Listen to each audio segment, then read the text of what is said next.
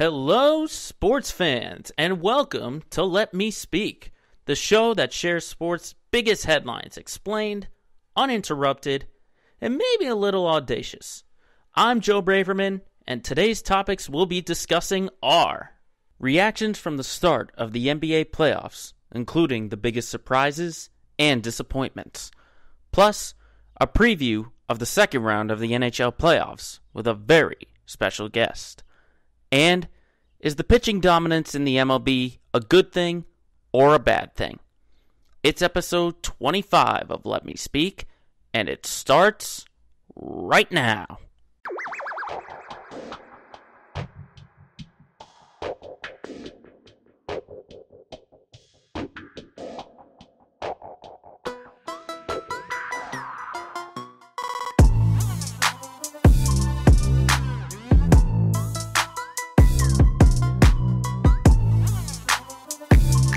Thursday, May 27th, 2021. We're a quarter of a way to 100 people. Episode 25 of Let Me Speak. Thank you very much for tuning in. Obviously, we were off last week. A couple little things. I had my second COVID vaccine dose, and the effects did hit me. Not hard, but it definitely took a little bit of the energy away from me, but it was gone by the nighttime, so we're all good there. And then this past weekend, I actually took a trip down to Warwick, Rhode Island to go to a little wedding. And I want to shout out my cousin, Megan Landrosh, who's now Megan Girardi, and her beautiful husband, Ben, had an absolute blast at that wedding. So that was the reason we were off last week, but we're back this week, and of course, we got to dive right into the playoffs. No more time to waste, because it's the most exciting time for any sport. It's postseason play. So in the NBA, we've got pretty much every series is 2 games deep now. Got a couple of game 3s kicking off tonight with the Bucks and the Heat, the Suns and the Lakers, and the Nuggets and the Trailblazers. And we'll break this down series by series and talk about what's been surprising, what's been disappointing so far looking at the NBA postseason. And the first one that stands out to me and maybe the basketball community has to be the Mavericks taking a series lead over the Clippers. I mean, they've taken away home court from LA and have a 2-0 series lead heading into Friday night's Game 3 in Dallas. I mean, I talked a couple weeks ago about how the Mavericks could be a big dark horse in the postseason just because of Luka Doncic playing out of his mind and creating some of that magic. And boy, was I right on the mark with that one. But really just looking at the first 2 games in LA between these two, I mean, first off, you have to talk about the Clippers not shooting the 3-pointers as well. I mean, Game 1, they shot 27.5% from 3-point land, 27.5%. And then in Game 2, they shot almost 39.5%. So the 3-ball is not working.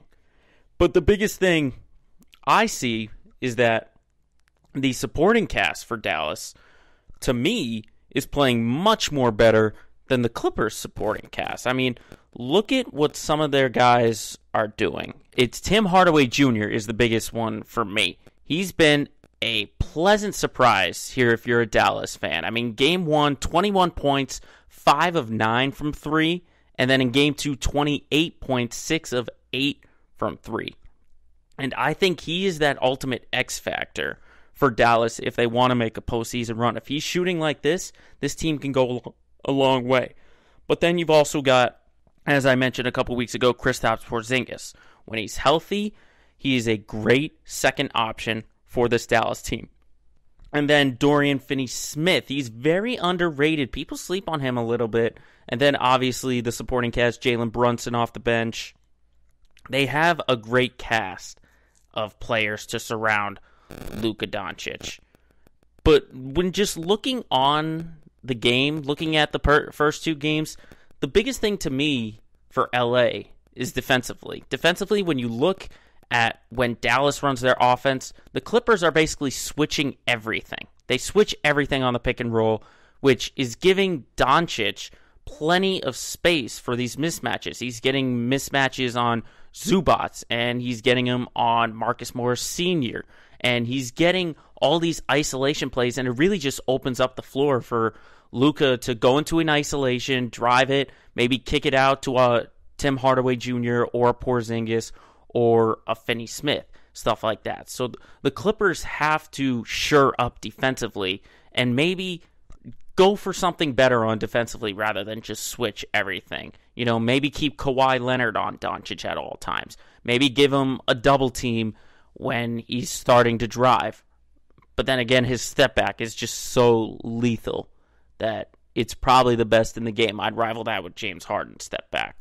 Luka probably has a better step back. But then the second thing I would say, obviously talking about the supporting cast for the Clippers, is just offensively, it can't be all about Kawhi Leonard and Paul George. Because, I mean, we saw in Game 1, Leonard and George didn't have great games. I think it was 28 for Leonard and 23 for George. And then, obviously, they took on a bigger load in Game 2, Kawhi scoring 41 and Paul George scoring 28. I mean, they can only do so much. And I think Marcus Morris, I talked about him briefly, Marcus Morris Sr. is going to have to score a lot more. He's going to have to score a lot more. Because I believe there were only like 2 or 3 guys in Game 2 for the Clippers that scored in double figures. And Morris has shown himself to be great on offense. He was very valuable for this Clippers team, and he's very good when he's on his game. The second player, I'd say Serge Ibaka. I think he's got to improve defensively. Remember, this is a Clippers team that kind of lacks in height. I mean, Zubats is basically their center, but then when they go to the bench and they start playing small ball with Serge Ibaka, Ibaka's only 6'9". So if you give the Mavericks an inside game, there's not a really big rim protector that can help it out. So Ibaka's going to have to assume that role defensively. And then finally, where's playoff Rondo? Where's playoff Rajon Rondo? We saw what he could do in the bubble with the Lakers. You're telling me he can't do it for the other LA team? He's going to have to play a lot better. I know he scored about 11 points in Game 1, but he has to be a playmaker. He has to make plays off of the bench for that second unit and just get the energy going for that LA team. But overall, I would say Dallas has put themselves in a great spot because, as I said, they took the home court back, and I do not think they're a fluke. I think they can win this series. I do expect the Clippers to make it a little more competitive, but I just think they've fallen in a hole early, 2-0. It's the same old story for this Clippers team. Even when they change coaches and change players, they just can't take that extra step into championship contention. So it's just same old stories for the Clippers, and Mavericks are playing phenomenal.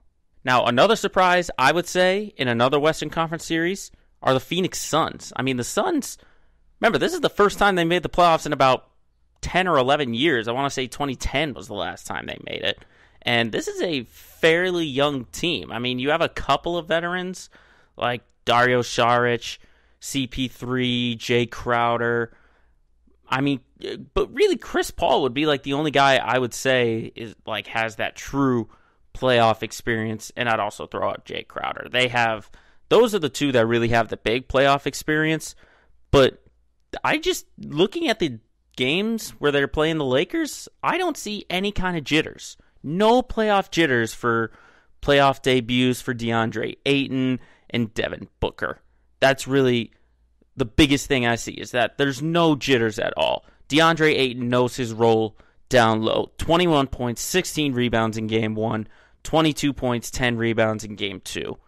But Devin Booker, I mean, in his first 2 career playoff games, he puts up 34 and 31 points, respectively. I mean, talk about a guy who was built for the spotlight. I think Booker is one of those guys who absolutely loves this kind of attention. He lives for the playoff moments, and I think he's going to be a star in any kind of postseason run that Phoenix goes on. Now, the series is tied 1-1, and the biggest key that I am seeing is the rebounding battle, because Both of these teams, the Suns and the Lakers, have probably the top 5 rebounders in the game right now, in the aforementioned DeAndre Ayton and Andre Drummond. They're both top 5 when it comes to big men inside.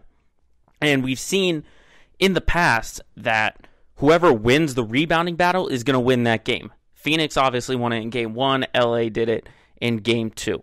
And I think whoever has that advantage is going to win the series. That's going to be the biggest thing, is Andre Drummond is going to have to take away Ayton from rebounding, and he's going to have to out-rebound him. That is going to be the biggest thing, because there's a reason that the Lakers picked up Drummond in the buyout market, and that's to go on a postseason run no matter if you're the 7th seed playing against a number 2 seed. The other thing is that LeBron James needs to stop being such a drama queen. I understand that he's old and he's 36, he's getting poked in the eye, and his shoulder was almost pulled out of its socket by Chris Paul. But come on, you're LeBron effing James. You're still the greatest basketball player in the game today. And someone could flick you on the wrist and you would go down like you just died.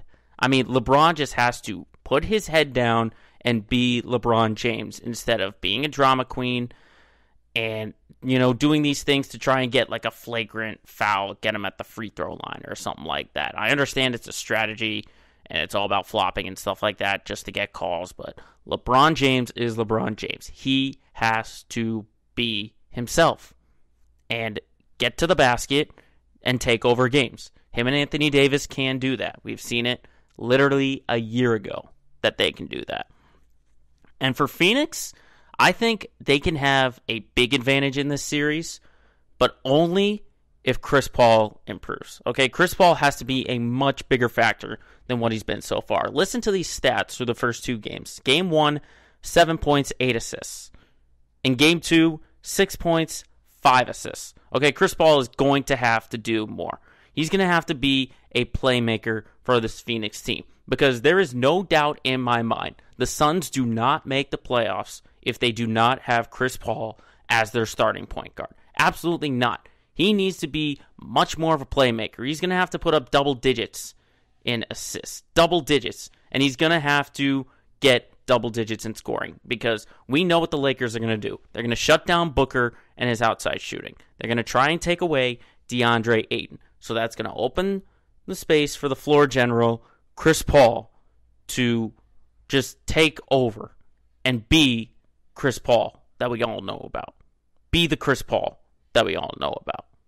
Now, just briefly, I have one more series I really want to dive into, but just a couple of small notes on the other series. Philadelphia, 2-0 over Washington.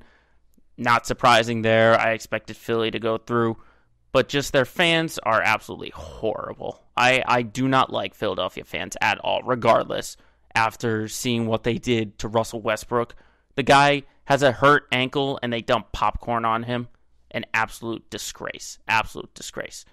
In the Brooklyn-Boston series, we'll get to Boston in a little bit, but Brooklyn, maybe they have 4 or 5 good guys. I still need to see more from maybe Nick Claxton, a little more of an impact from Blake Griffin, possibly just a couple more guys. But Brooklyn looks good so far in their first 2 games. Milwaukee and Miami, I am a little disappointed in Miami. I thought they'd make it a much more competitive series with the Bucks, because you've got a great guy in Bam Adebayo to defend Giannis. And, Jimmy Butler and Iguodala and Dragic, all this experience from a year ago, and they're down 2-0, basically not in any game. I mean, credit Game 1 did go to overtime, and it took a miraculous Chris Middleton shot to win the game for the Bucks. But still, Miami, I thought, would be a little bit more competitive than this, because remember, this was the team that knocked out the Bucks last year. Definitely surprised to see that. Utah and Memphis, kind of a surprise that it's 1-1, but I mean, Memphis played absolutely great in their elimination game versus Golden State, taking advantage of all those turnovers. They can do that if Utah does the same thing, but Utah's just a little bit too much. I think the Jazz will advance in that one. Denver and Portland, that is probably the most even series right now in the Western Conference. I think either team could come out with it. I think Portland might have a better supporting cast, but I think whoever wins Game 3 is going to win that series. I think that's going to be the way it looks for that series.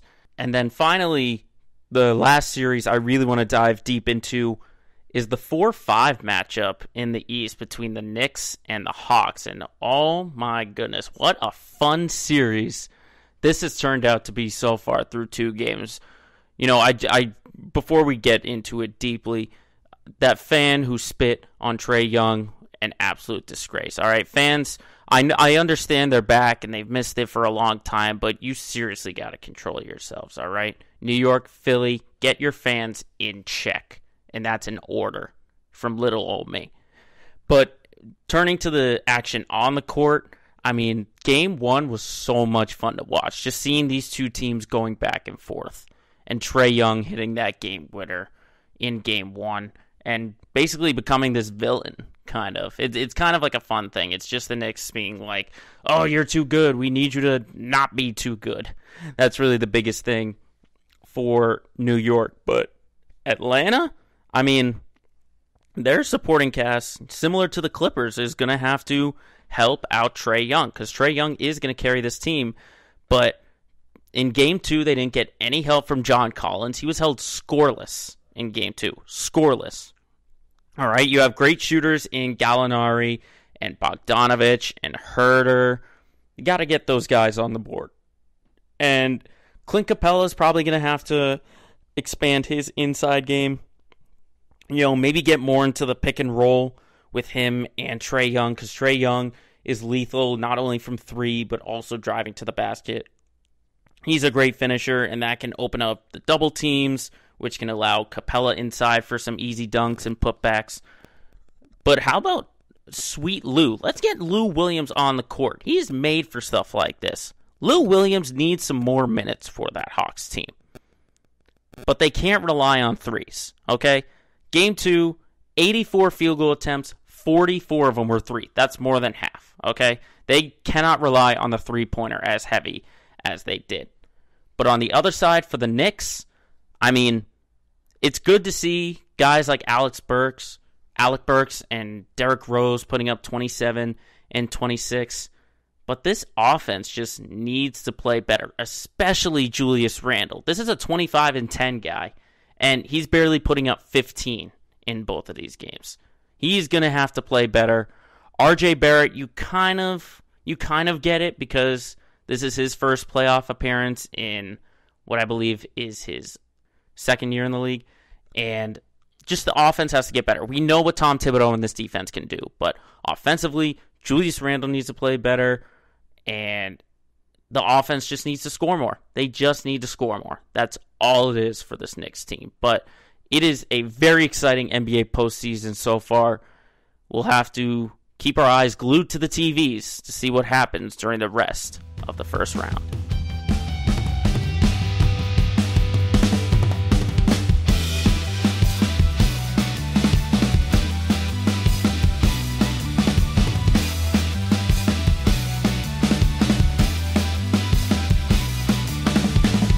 So we just wrapped up talking about the NBA playoffs. We're going to dive into the NHL playoffs now. And for that, I'm going to need a very special guest to help me out on that one.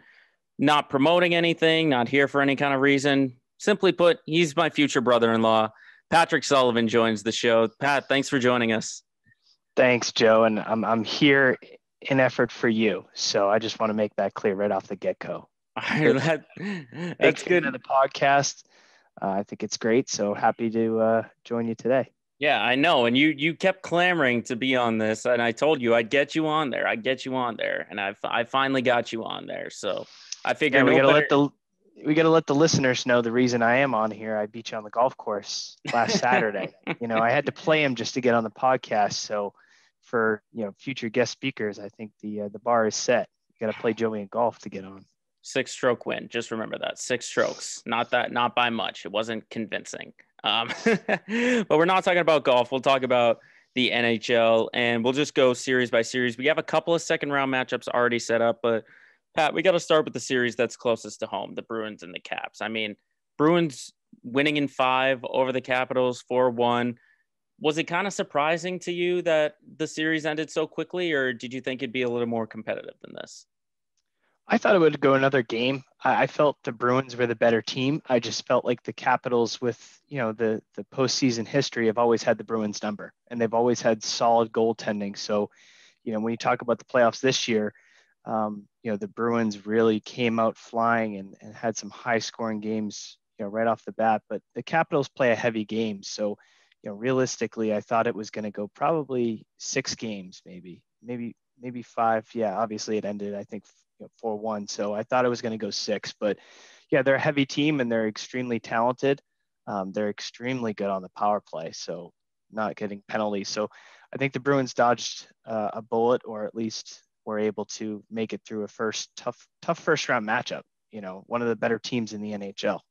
Of course, Stanley Cup champion just a few years ago. And I think really it was just the first line, the second line that looked great to me. As you said, like they were great on the power play. Bergeron, Marchand, Pastrnak all had, I believe, 3 goals. And then Taylor Hall on that second line looking great. And just the costly turnovers just hurting the Capitals. That was the biggest thing that I saw, especially during that double overtime win when the goaltender, I think it was I forget who it was, but Yeah, just like dump. it's a rookie Russian goaltender, and obviously, Craig Anderson had to come in. He's 41 years old, I believe. He played in only 6 games. So obviously he's untested. So if you're the Bruins with the injury to the goalie in game 1, you got to kind of come out firing, and you kind of caught a Capitals team that didn't have strong goaltending, like they've had in the past. So, yeah, and I think if you really look back at this series, what's illustrated is the deadline acquisitions made by the front office have been huge. Taylor Hall has come in and instantly really picked up that second line, giving Krejci a good option, which has been great. But then even, Riley's contributed, Lazar. But if I was going to highlight somebody of significant importance in this past series and then also moving forward, you can't not discuss Charlie McAvoy. He's averaging close to 27 minutes a game, which, it's Ray Bourque-esque with the way he's moving the puck. And, he's great in the offensive zone, but he's also holding his own and hitting in the defensive zone for a smaller body defenseman. But yeah, he's really fun to watch. Yeah, I definitely agree, McAvoy. This team looks great from top to bottom. The Bruins right now, especially with the next series that we'll talk about with the Islanders and the Penguins. The Bruins definitely look like the favorites because they look like they have it all together. They have a lot of great pieces on that first and second line. And then even the third and fourth line, they have some great pieces. And then obviously they have a great goaltender in Tuukka Rask. So, I mean, many could argue that they're the favorites to win this upcoming series, which we'll get into a little bit. But we have to go to the other series in the Eastern Division. And that was what I would call an upset. The number 4 Islanders beating the top seeded Penguins in 6 games. I mean, would you call it an upset, the fact that the Penguins were eliminated this early? Yeah, and obviously they made some acquisitions. They brought some people in, but I think the Islanders, they play a very tough and very compact, defensively oriented, style of playing, which is, it's sink or swim, right? If you're not scoring those goals, it's very tough to come back. So I think what they do well is that they can get the lead and they can protect it. And obviously they don't have the big stars compared to the Penguins, but I still think it's going to be a very tough challenge for the Bruins in this next upcoming series. And I think them getting through Pittsburgh, it just shows you how tough that division was between the Capitals, the Bruins, the Islanders, and the Penguins. It was a gauntlet. Oh, I totally agree. I think the biggest thing for me was that, this team did lose Anders Lee, if you remember, a couple of months ago. So you would have thought maybe that took the energy out of them. And, they were contending top 2, as you said, like going for a top seed. And then they fall to number 4, having to face the Penguins. As you said, just shows how important this is. But going back to what you said about the Islanders, they were so defensively heavy, but they were scoring with Pittsburgh. That was the big thing. Pittsburgh's great on offense, but they were hanging with them. I mean, you've got guys like Beauvillier and Bailey and Nelson and Palmieri. They all got 3 goals in that series. That's the biggest thing. And they took advantage of a Pittsburgh offense where, Sidney Crosby especially just disappeared. I mean, this was a team that, was one of the top teams in scoring. And here they are just barely mustering like 2 or 3 goals a game. Crosby only putting up 2 points during the entire series while the Islanders were putting up like 3.5 and outscoring them. Yeah, and I think there's some tough decisions for both the Penguins and the Capitals moving forward surrounding their stars, right? Where is Ovechkin going to stay? Is he going to sign a long-term, extension or remain as a Capital moving forward? And the same goes for Pittsburgh. I know people will find it tough, but Sidney Crosby, it may be worth looking at potentially moving him. And I know that sounds outrageous for such a phenom player in the league for the last 15 years, but especially with Malkin as well. I think the one thing that you can notice, and I know we keep referring back to the Bruins, is a lot of those guys that play on the Bruins, they take pay cuts to help the team out. And it kind of goes back to the whole Tom Brady-esque in the NFL thing. But whether it was Bergeron, Marchand, or Pastrnak, they're not playing for cheap, but they take team-friendly deals for longer terms to make sure that the Bruins can outfit themselves with the appropriate players. So when you look at these high-level contracts, the high-money deals between Malkin and Crosby and some of that, it's going to be tough moving forward. Yeah, I mean, you got to have guys like Taylor Hall, who just today said, like, I love Boston. He'd stay at Boston. But in sticking with Boston, we'll now preview the second round. The number 4 Islanders, number 3 Bruins. Boston has the home ice, obviously having the higher seed as the number 3 over the number 4. But what are your initial thoughts, Pat, you would say about this series? When you first heard the Islanders beat the Penguins and they're going to be playing the Bruins in the second round, what were your initial thoughts? I think it's going to be a tough matchup. I think the Islanders play the Bruins very tough. And if you look at the season series, I think they went, they play 8 games. So I think it was 3-3-2. So, it's tough. And then not even that, the unique nature of the NHL this year is you play within your division. So you played the Islanders 8 times already this year. And just like in any other, sports series, once you play somebody once or twice, it becomes extremely challenging because they become familiar with your systems and the way that you play and power plays and all that. So I think it'll be interesting. And then I actually think the Islanders, Josh Bailey has had a really good series against Pittsburgh. I was able to watch a few of the games, but it's going to be interesting to see how the Bruins scoring lines up with the Islanders as a defensively oriented team. And if the Islanders can continue to put up 3 or 4 goals to keep themselves in the game with high scoring, Boston bench. Hey, you just took the words right out of my mouth. This is a great offense in Boston versus a great defense in New York. I think, it's a flip of a coin. Obviously, I would say if I was like an odds maker in Vegas, I'd give the slight edge to the Bruins just because of the way they looked versus the Capitals. But as you said, Islanders have had their number pretty much all year long. Like you said, they play, so many times with the way the season was structured. I think it's going to be very entertaining. I could definitely see it maybe going like 6 or 7 games because I think the Islanders are just that tough. But I think the Bruins, not to sound like a homer or anything, but I think they just have more of the talent, more of the pieces to really put it together. They got a great goaltender in Rask. I think the Bruins have the pieces. And in the early stages, I would say the Bruins are the favorite in this series to come out of the East in that Final Four. Yeah, and the key is rest too, because if you're setting yourself up for a long playoff run, the NHL playoffs, it's a lot more physical, a lot faster.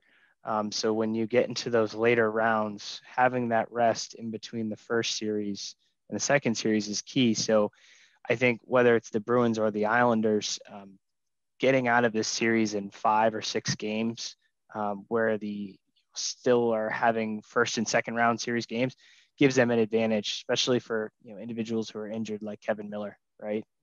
Yeah, that's going to be absolutely huge for both teams to get all their teams rested. But that'll be in the second round. That'll be a lot of fun. And now we move. And just a heads up, Joe, and I don't want to interrupt. I think the Vegas odds makers had the Bruins at -200 to win the series. Ooh. So a $200 bet wins you $100 for those from the gambling perspective. So I would say they're pretty big favorites here, but I still think the Islanders, it's going to be tougher than what people imagine.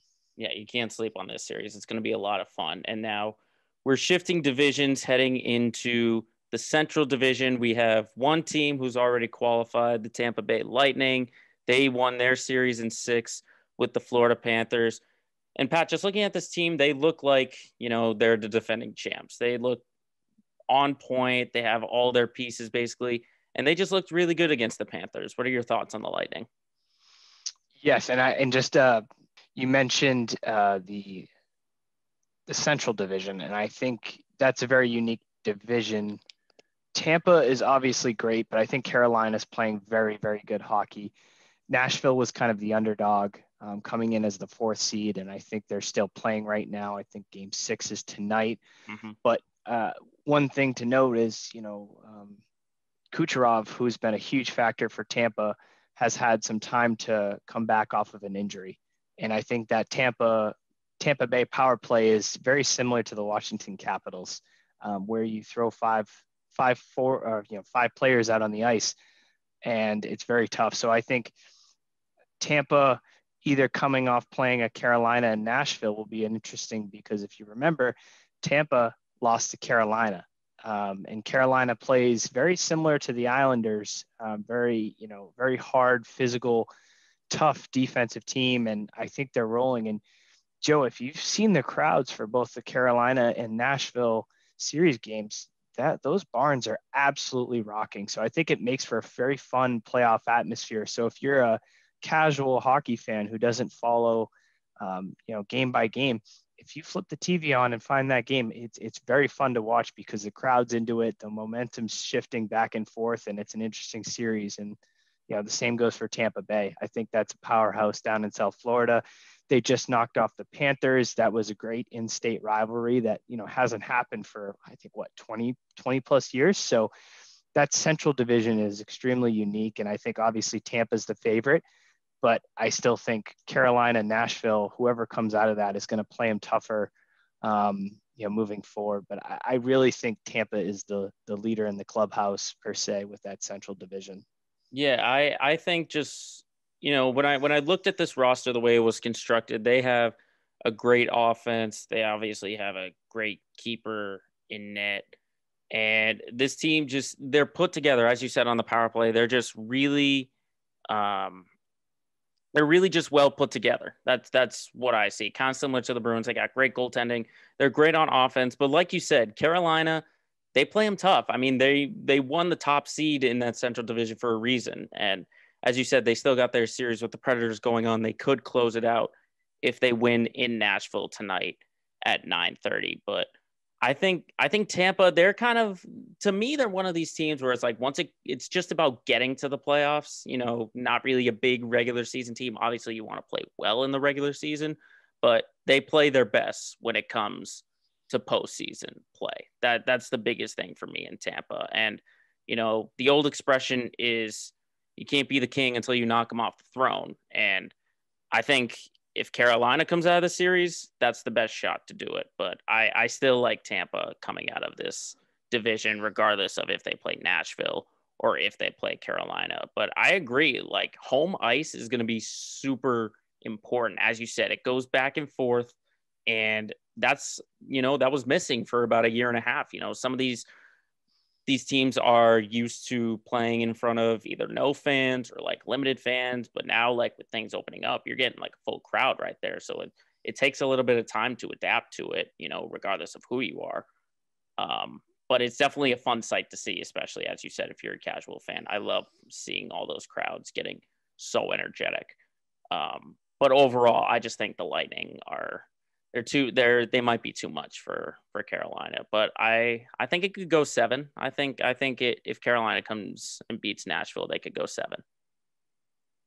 Yeah, it'll definitely be, an interesting series to follow, because again, that Carolina team with, Aho, Victor Trocheck, or I'm sorry, Vincent Trocheck, and, even Jordan Stahl, who is, has been in the league for quite some time, and who's kind of holding down the back end for the Carolina, Hurricanes has been, Dougie Hamilton, former Bruin, and even back to Tampa Bay, they have a star defenseman that has been in the league for quite some time, Victor Hedman.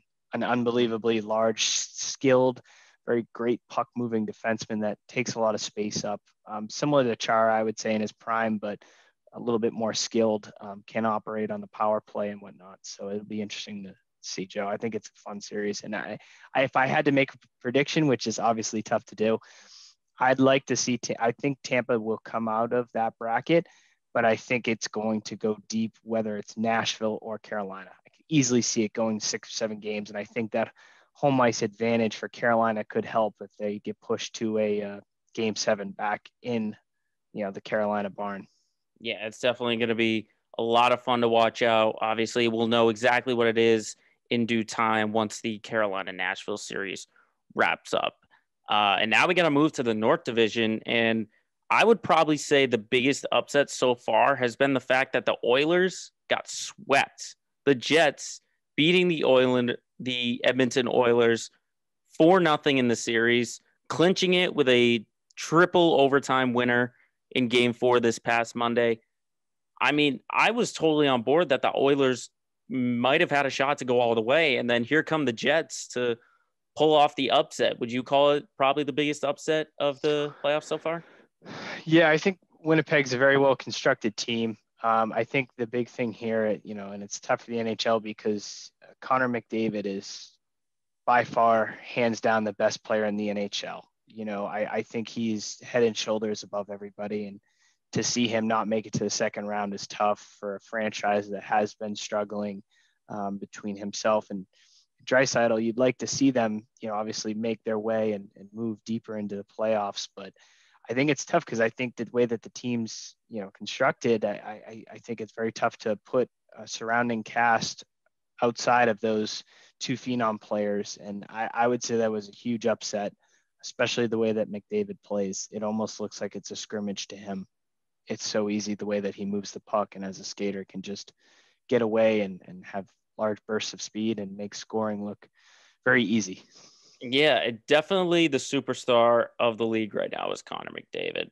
And I just thought Winnipeg did a great job of really just playing shutdown hockey. That's the biggest thing is, maybe you can let Connor McDavid do all this one-man show thing, as you said, passing the puck and doing all that. But if you take away all of his other options right there, you're asking him to do it all himself. And we saw in this past series that McDavid can't do it by himself. And as you said, the supporting cast just wasn't there for McDavid.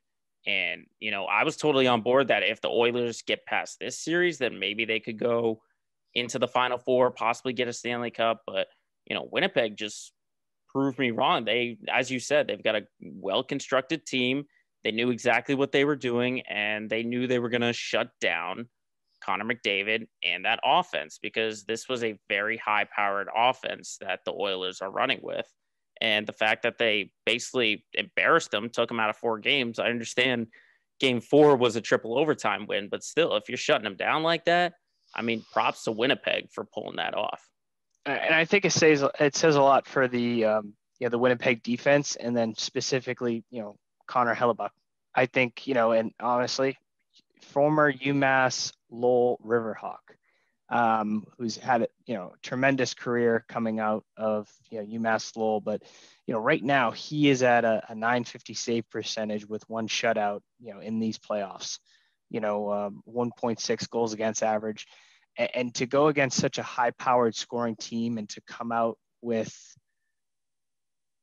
statistics like that is just says a lot of how he's playing goal. It's just tremendous effort, and I know that he's got a good supporting cast on defense helping him out there.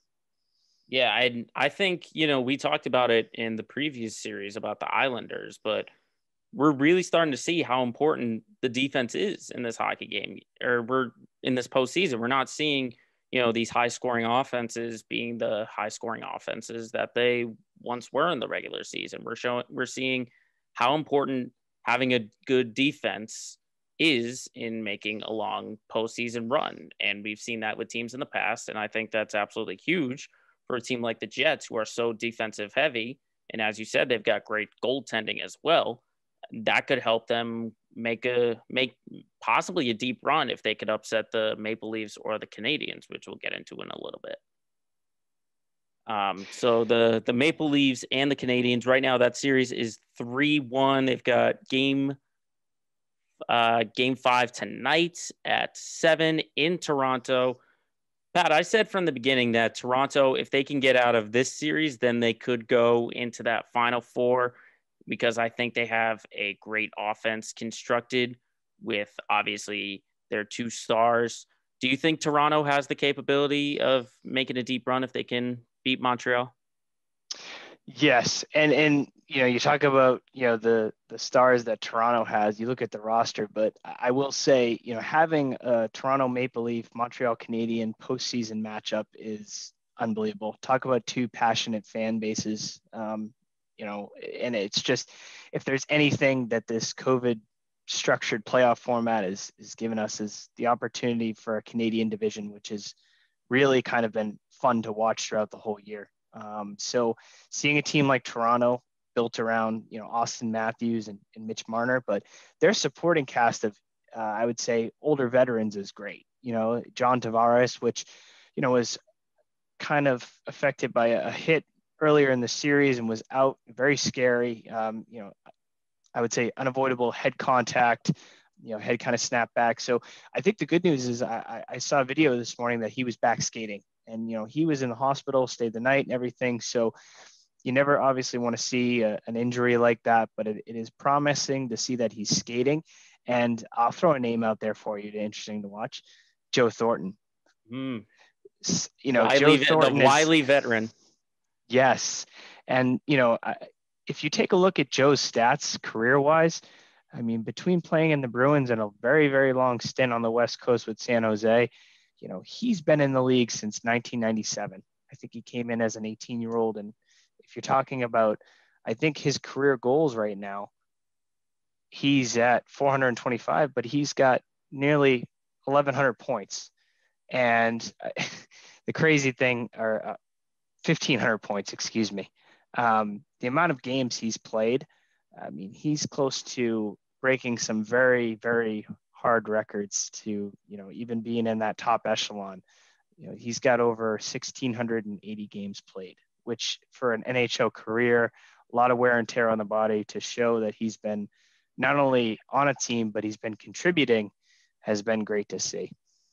Yeah, it's definitely a feel good story. There's usually one player or someone in the postseason where you're kind of rooting for them, and I think Joe Thornton is that guy. But not just Joe Thornton, but I mean William Nylander, Alexander Kafut, Jason Spezza. They have great pieces on offense. I mean TJ Brody on defense, Morgan Riley on defense. I think this Toronto team is very well constructed to go in a deep run, and they don't have to go through the Bruins exactly that for now, yes. which is, they've kind of had their number. But yeah, I think it'll be a tough game with Montreal, and obviously Winnipeg awaits a very heavy team, a lot of power forwards. It'll be interesting to see how that plays out. I will say though, Toronto has very good goalie Jack Campbell, who's going to be on the USA Olympic radar. I believe he's a Michigan-born goaltender. But again, in the past, Toronto's had some goalie issues. I think Jack Campbell can be somebody who really solidifies that goalie position for a franchise that has been struggling to emerge successful in the playoffs. So yeah, it'll be interesting to see. Yeah, it almost feels like Toronto's getting like closer and closer and closer, and they're like so close to getting over the hump. And this could be the time, especially the way, as we talked about before, the season and the standings are set up. It gives Toronto a much better shot to qualify for that Stanley Cup if they can get out of this division. But we'll see what happens between the Canadiens and the Maple Leafs. That'll wrap up the North Division. And now the last division we have to get into is the West. We already know what it's going to be, or we don't know actually what it's going to be. We know one team has already qualified. We know that the Colorado Avalanche have won their series over St. Louis, a clean sweep. I will say, over the St. Louis Blues. They wrapped it up on Sunday. And Pat, all season long, this has been a team, arguably the best offense in the NHL. And they've got two of the most prominent point scorers. They were first and second in the regular season in McKinnon and Dressaitis.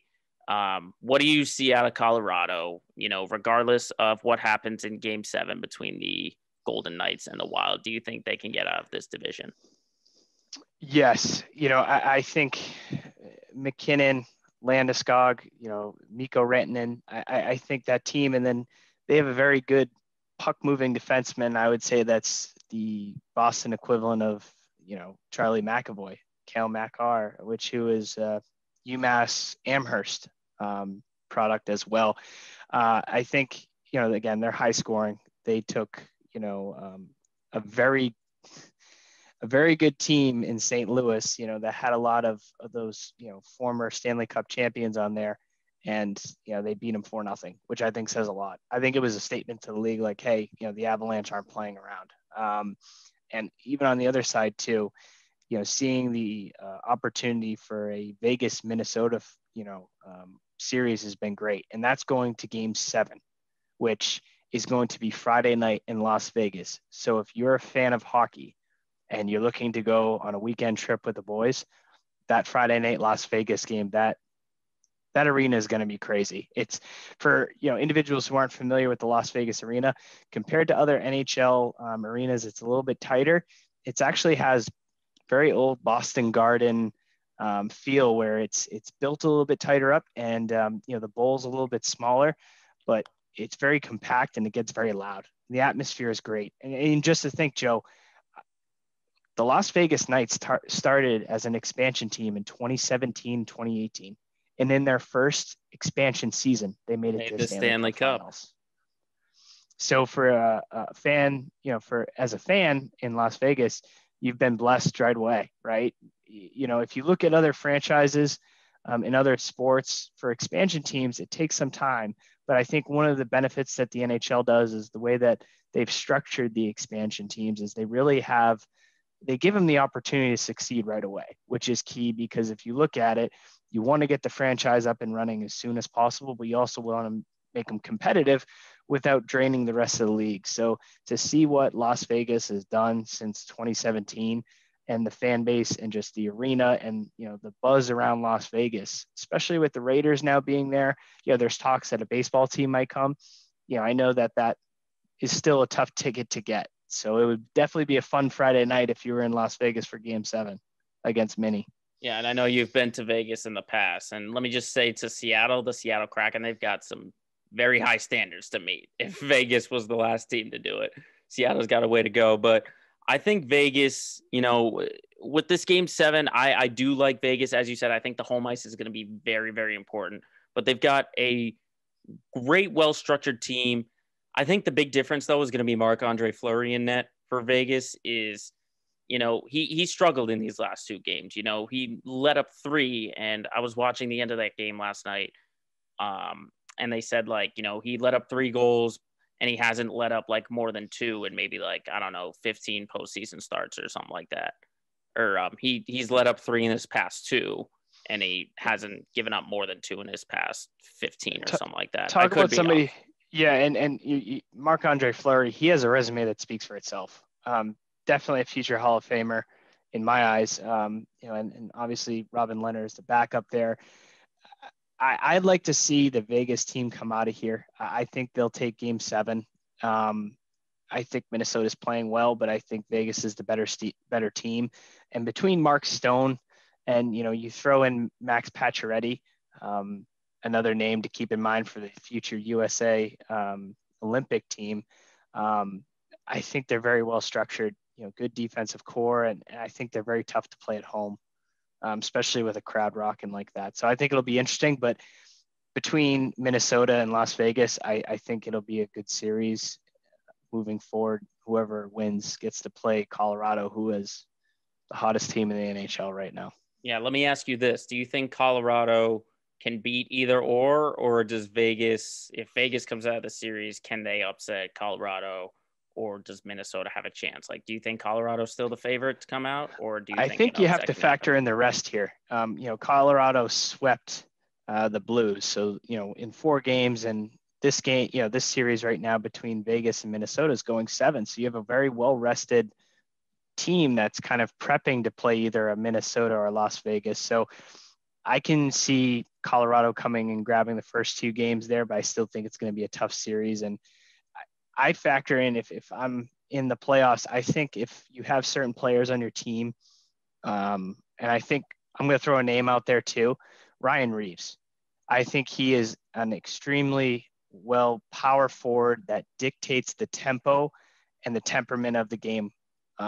He can control the ice. I look at him and I see him very similar to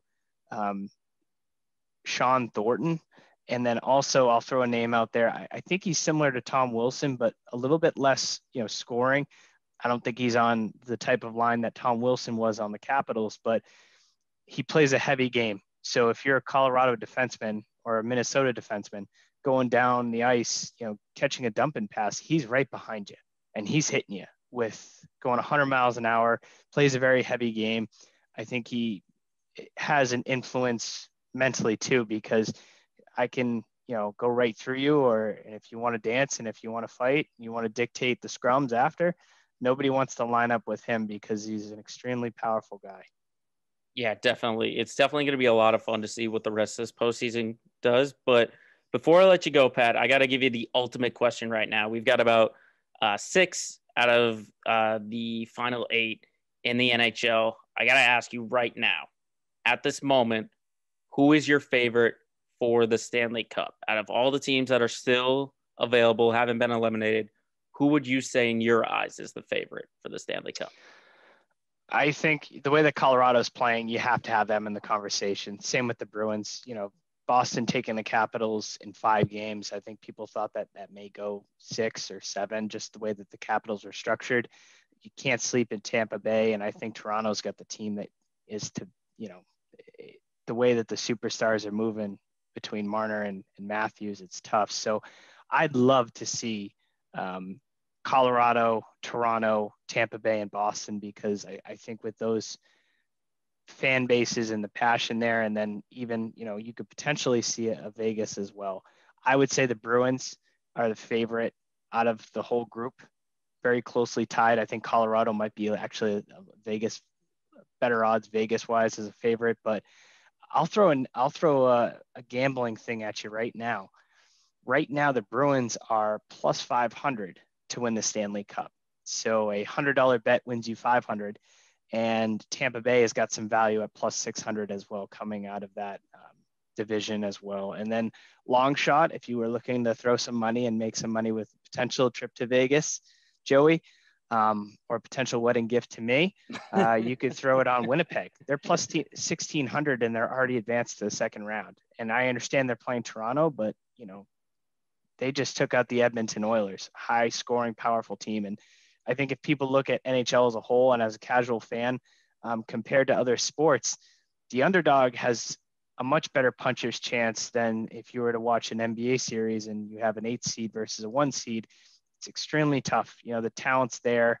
But with the NHL, I would say it's a little bit more of a level playing field. So if you're a casual fan and you're looking to throw some money on this, or even I would like a tighter game, some of these, playoff hockey is really cool. I think the atmosphere, especially when it comes to overtime, edge of your seat. So if you're a casual fan, I would definitely recommend watching some watching some NHL hockey, just because the buzz, the atmosphere, and the way that these guys play is they really give up everything, blocking shots, fighting guys 8 inches taller and 40 pounds heavier. It's really cool. And I was actually, Joey, I have 2 questions for you. All right, lay them on me.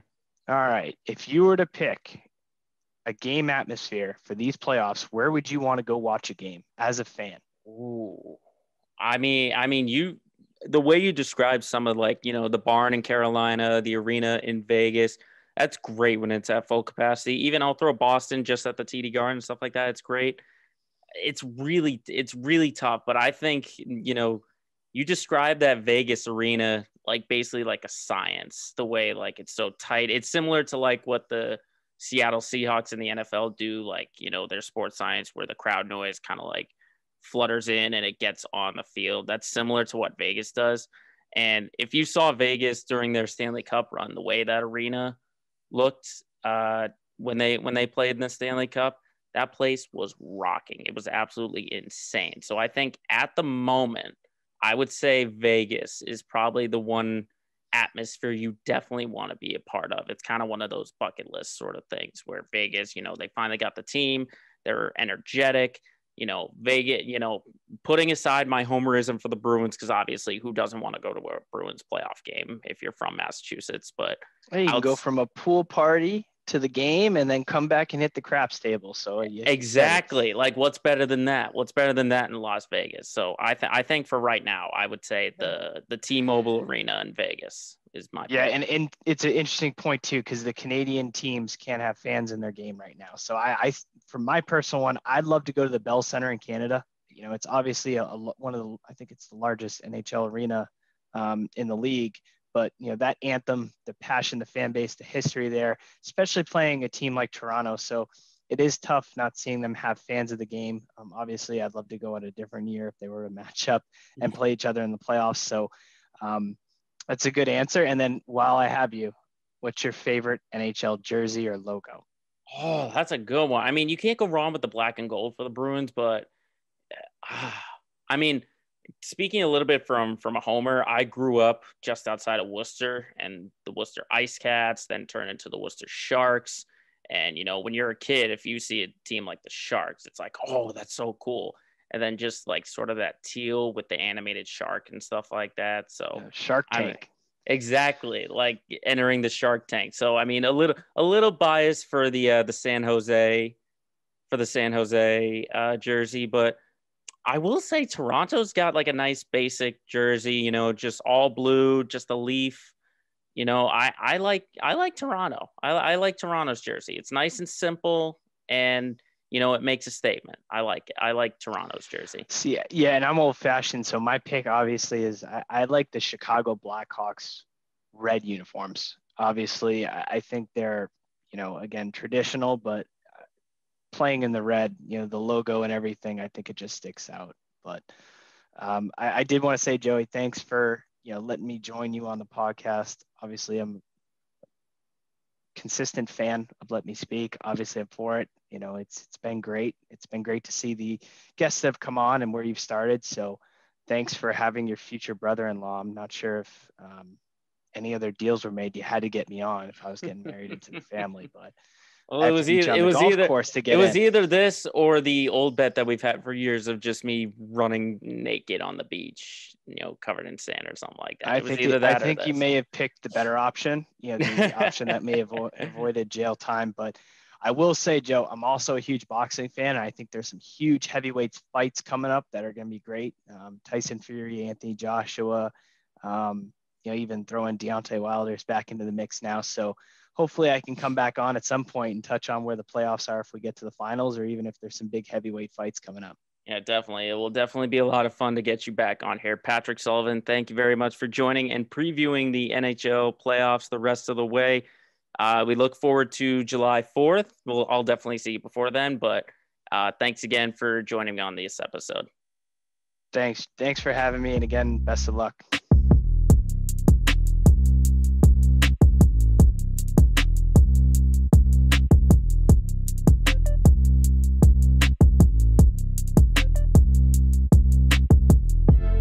Special thanks once again to Pat Sullivan for joining us and talking a little bit of NHL. Definitely had a blast talking with my future brother-in-law. Now, hitting on to topic number 3, this was something I really wanted to talk about last week, but obviously couldn't, as I mentioned, and that's the recent surge of no-hitters in the MLB, because we saw 2 no-hitters on 2 consecutive days, and so far we've seen 6, possibly 7 no-hitters, and it sparked a lot of debate on whether this style in the MLB with this pitching dominance is a good thing or a bad thing.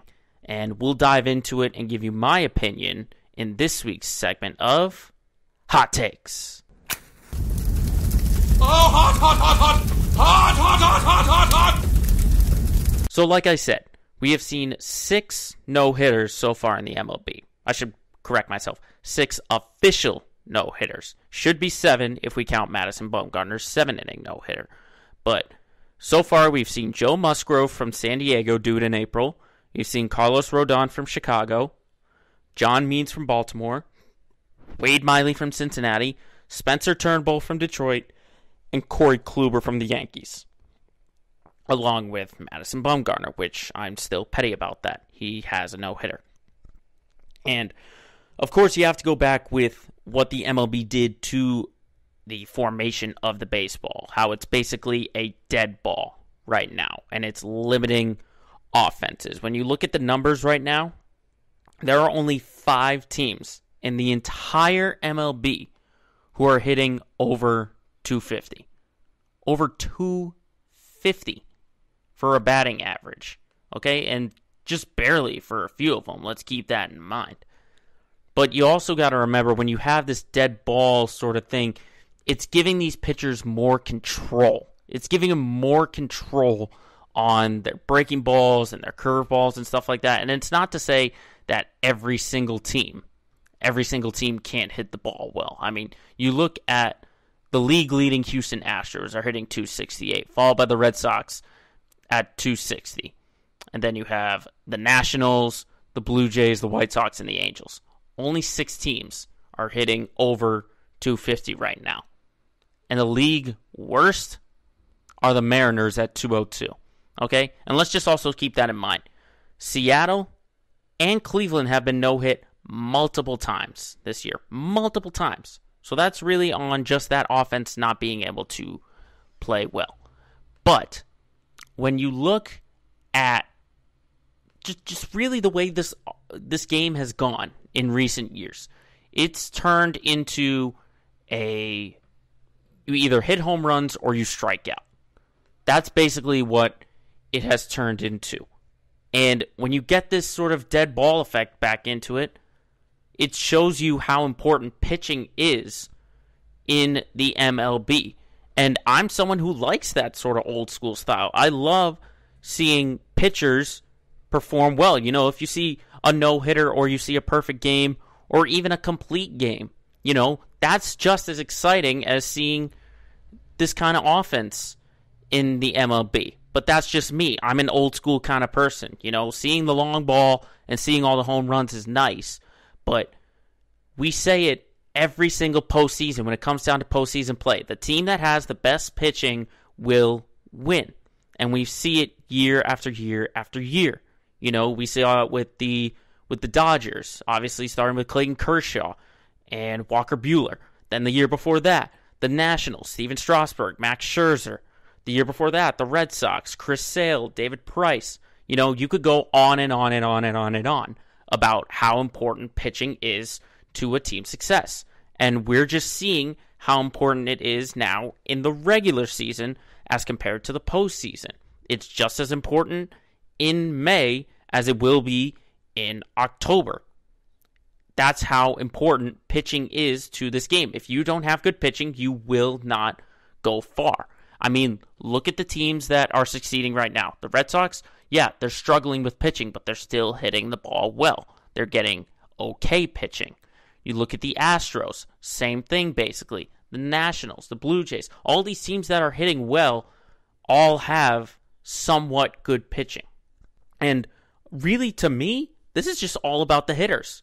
This is all about everyone who comes up to bat, and it is their need to adapt and get back to fundamental baseball. Fundamental baseball, and that is extra base hits, wall balls, sacrifice bunts, hitting against the shift. That's the biggest thing that these hitters have to do. This isn't all about the pitchers throwing no-hitters because hitters can't hit. They just have to adapt. I mean, yeah, pitchers can make adjustments with release point or how high the leg kick or velocity and stuff like that. But as a hitter, you got to learn to hit against the shift. You got to learn to not go for a home run every time. You know, bloop singles and down the line fair balls for extra base hits. Okay, this is on the hitters. This is nothing that the pitchers are doing well, because pitching has just been the same as it's been.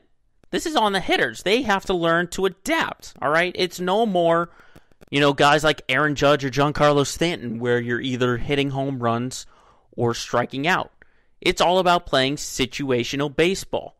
It's the scenarios where you have a guy on first, no outs, you sacrifice bunt to avoid the double play, or you sacrifice bunt with a guy on second to get him to third, or you hit a sacrifice fly, or just small fundamental things like that. That is on the hitters. It's no more going after the long ball. It's all about on-base percentage and fundamental plays. I mean, this is what you're taught in like Little League and Babe Ruth leagues and stuff like that, where you're taught, okay, if you got a guy on first, you should bunt to try and get him into scoring position.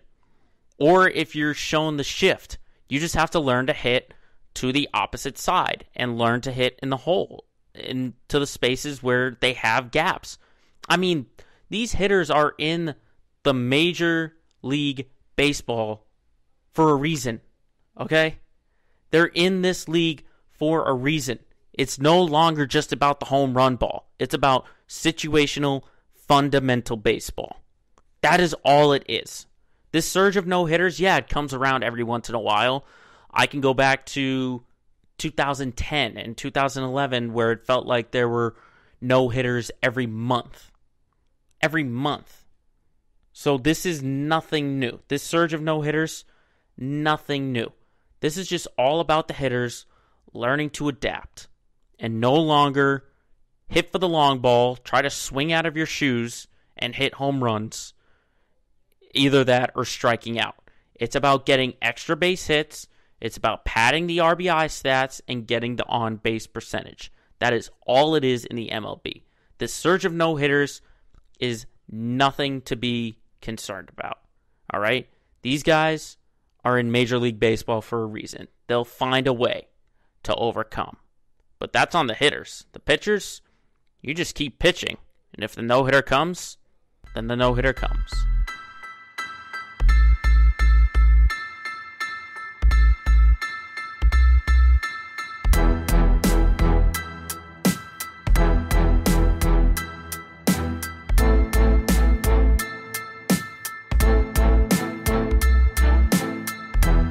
Time to get local with our Let's Get Local segment of the week, where we dive into all our Massachusetts team, recording here from Swampscott, Massachusetts, and see just where our teams are headed and if we have a lot of faith. And we talked about the Bruins, obviously, with Pat Sullivan, so we'll just get into the other playoff team here in the city of Boston, and that is the Celtics. But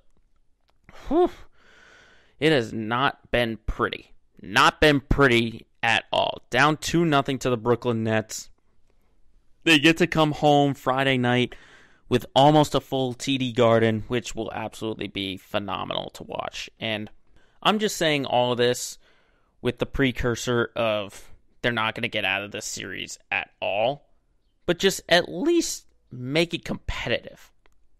That's all I'm asking out of the Celtics. It's just make it competitive. I like what Fournier did, taking exception to Durant and just sort of having that energy, even if Fournier's totally in the wrong and he's completely wrong. Maybe Durant did it on accident or something like that, but it just at least shows some kind of fight and not roll over and die versus this Brooklyn team. Just don't do that, all right? But if the Celtics want to take a game or 2 games, they're going to have to get more scoring from Kemba Walker, much more than 17 and 15 points. He's got to be that second scoring option. And obviously the Celtics were hurt with Jason Tatum leaving after getting poked in the eye for game 2. But he's at least got to show some kind of scoring semblance. That's all he's got to do, is just be that second option, and he's got to get at least 25 to complement Jason Tatum. Now, we are hearing reports that Tatum will play, which is very good if you're a Celtics team, because he is your only hope right now in any kind of success in this series. But the second leading scorer has to be Kemba Walker. The second leading scorer behind Jason Tatum has to be Kemba Walker. But not just from an individual standpoint. From a team standpoint, this perimeter defense has to get 10 times better. I mean, look at what happened in Game 2. Joe Harris scored 25 points. Joe Harris, on a team that has Kevin Durant, Kyrie Irving, and James Harden, Joe Harris was the guy that beat you. Okay? And they allowed 17 threes in that game. 17 threes, all right? Perimeter defense is going to have to get 10 times better and not allow 17 threes and just really deny the three-point ball in general. But, of course, the series isn't the thing to talk about in recent days. Of course, the big story is Mr. Media Man himself, Kyrie Irving, saying that he hopes there's no subtle racism in the city of Boston when he plays there. Okay. He is right and wrong about this. He's more wrong than right. The right thing that he does say is that, yes, there are racist moments in sports, but like Brad Stevens said, this has been handled not only in Boston, but in other cities by security and other teams respectively. You know, like I talked about in the NBA segment with the Russell Westbrook and the Trae Young scenario. That was handled. That was handled respectively. Both fans are banned from the arena. Like, there have been moments of racism, but they've been held with internally. This is not a racist scenario, though, okay?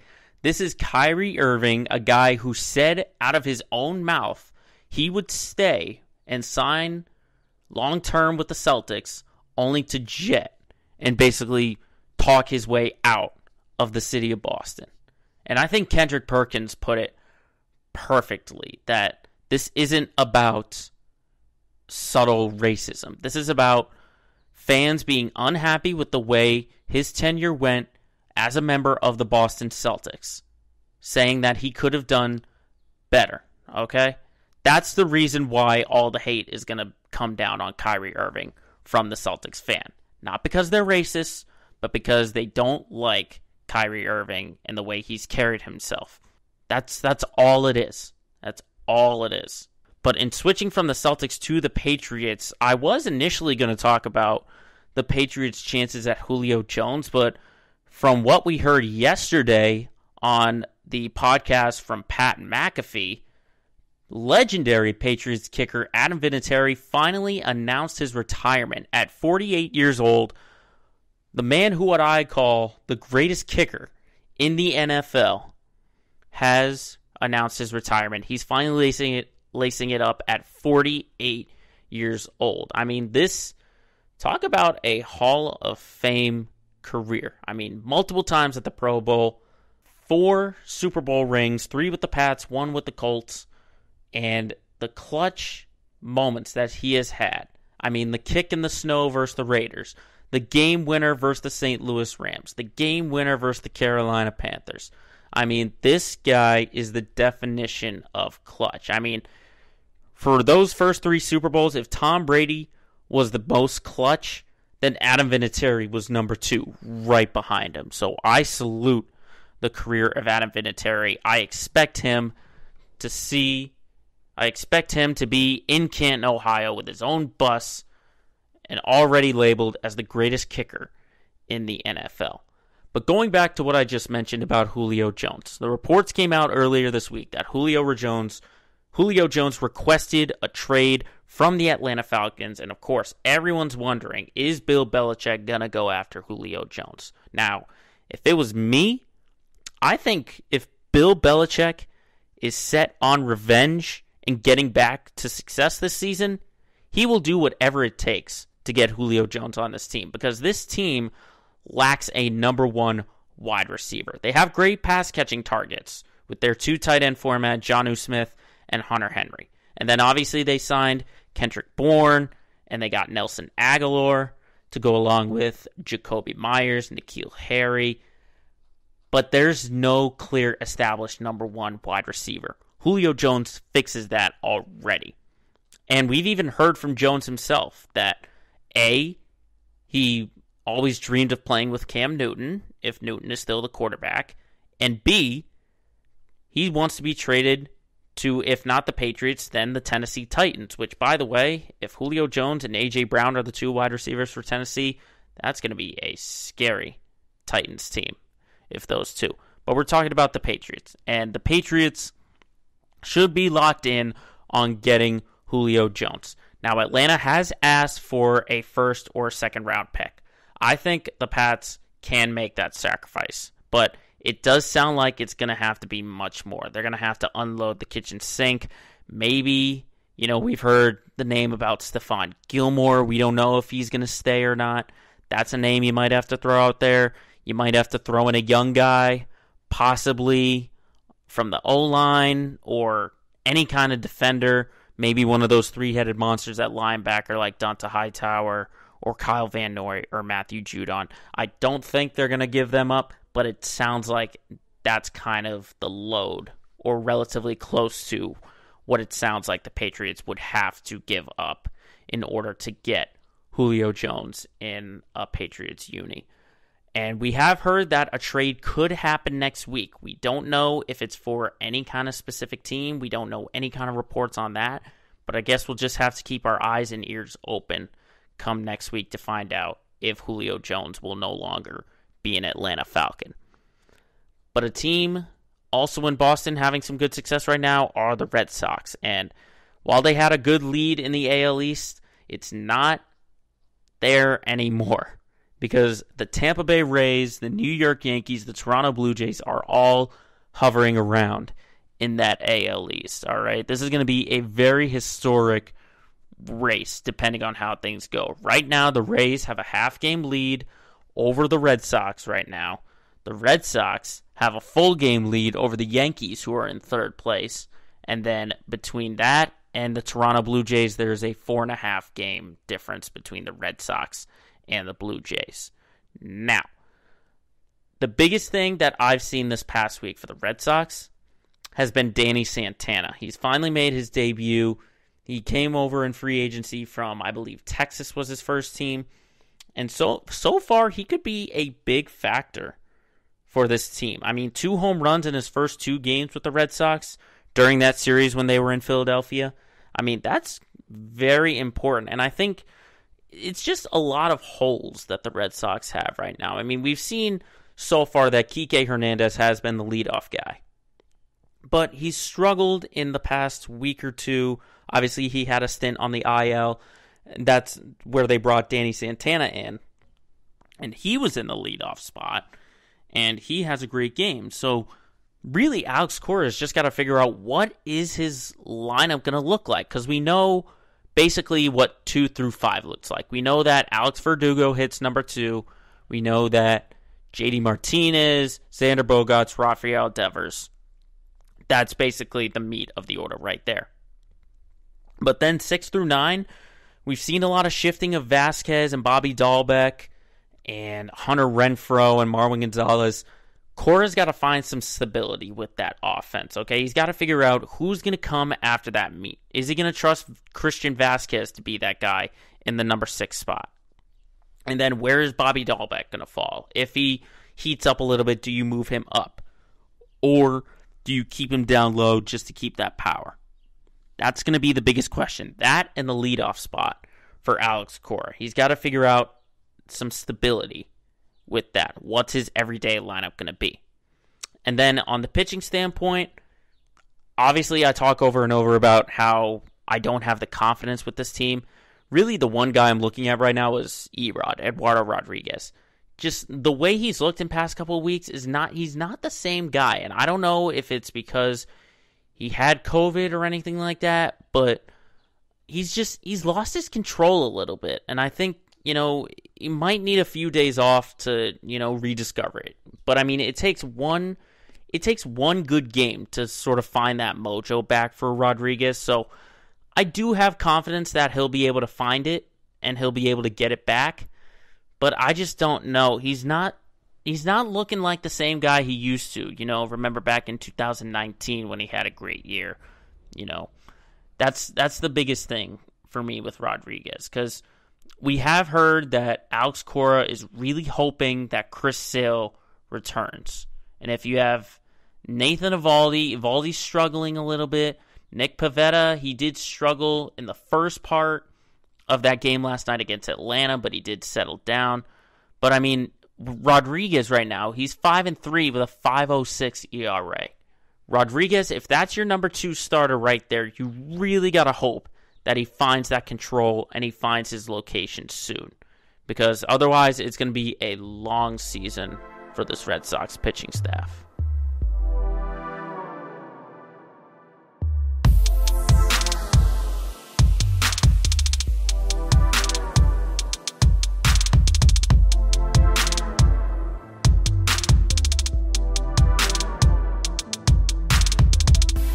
Finally, to wrap up our show, we get ourselves a good gut laugh and look at our LOL moment of the week. And it started off as an LOL, now it turns into a little bit of a beef, but it's definitely a lot of fun to watch. So this week's LOL moment of the week is going to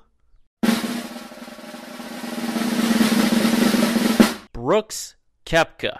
Now, it's not something that Koepka really said, but it's just his actions that he did. So, obviously, this past weekend at the PGA Championship was absolutely a blast if you're a golf fan or a PGA fan, because Phil Mickelson won his first major in a long time and became the oldest major winner in PGA history at age 50 when he won his 6th major title by winning the PGA Championship. And he won it over Brooks Koepka, who was at the time in contention before Phil had a great run. Now, Koepka did have an interview afterwards, and there was a leaked video, which is the subject of the LOL moment, where he rolled his eyes at an appearing Bryson DeChambeau.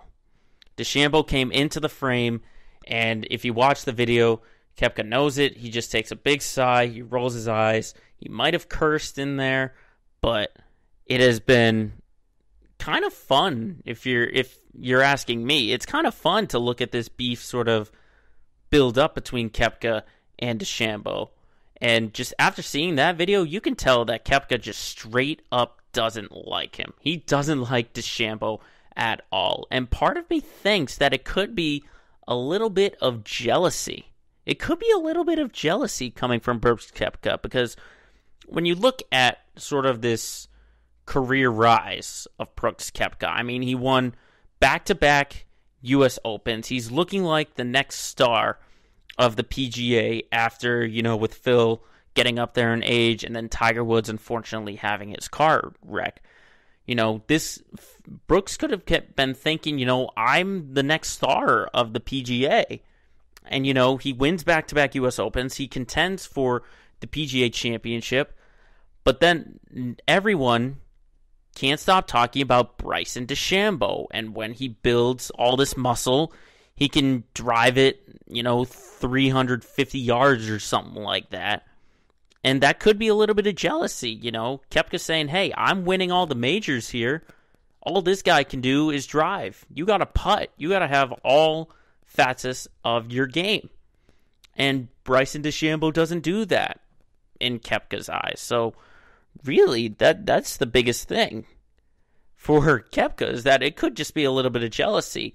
But it just doesn't stop there at the PGA Championship, because it was announced a few days ago that on July 6th, Phil Mickelson and Tom Brady are going to team up once again to take on the aforementioned Bryson DeChambeau and Green Bay Packers quarterback Aaron Rodgers in Capital One's The Match, the third annual The Match. Or it might be the fourth annual.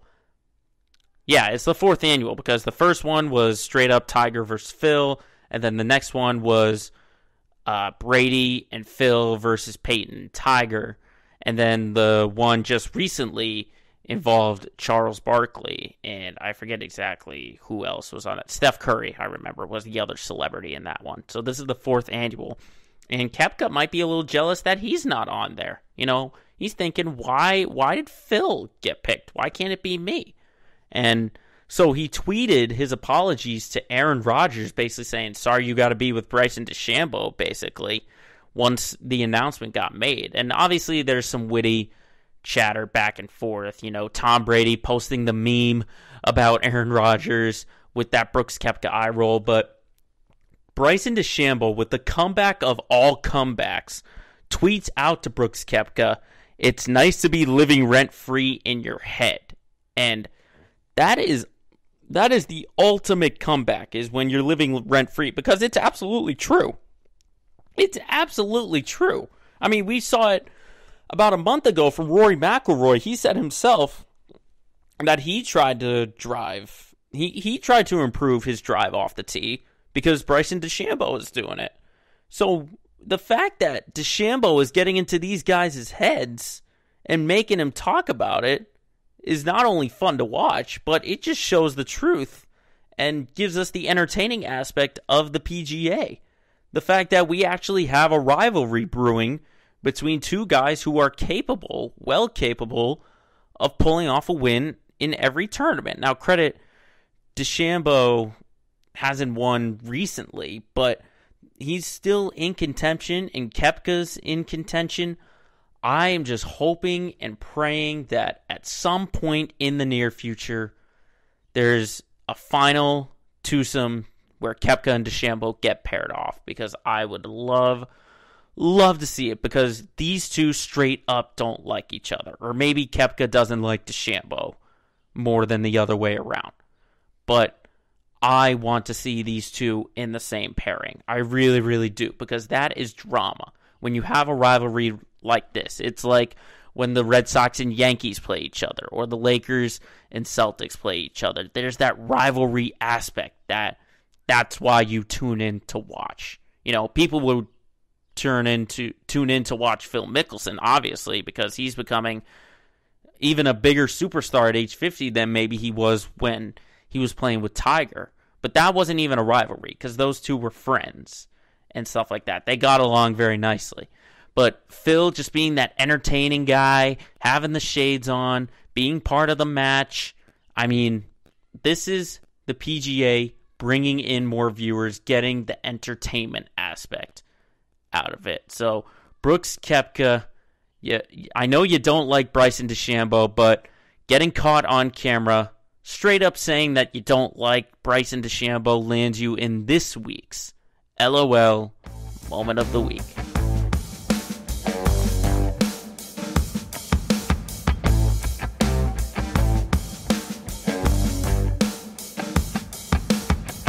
So that will do it for this edition of Let Me Speak. Thank you very much for watching and for listening. Make sure you're dropping those likes, those comments, and make sure to follow us on Twitter, Instagram, and Facebook. Just search Let Me Speak Podcast. And remember, as always, if you've got a point you got to get across, just tell the whole world, shut up and let me speak.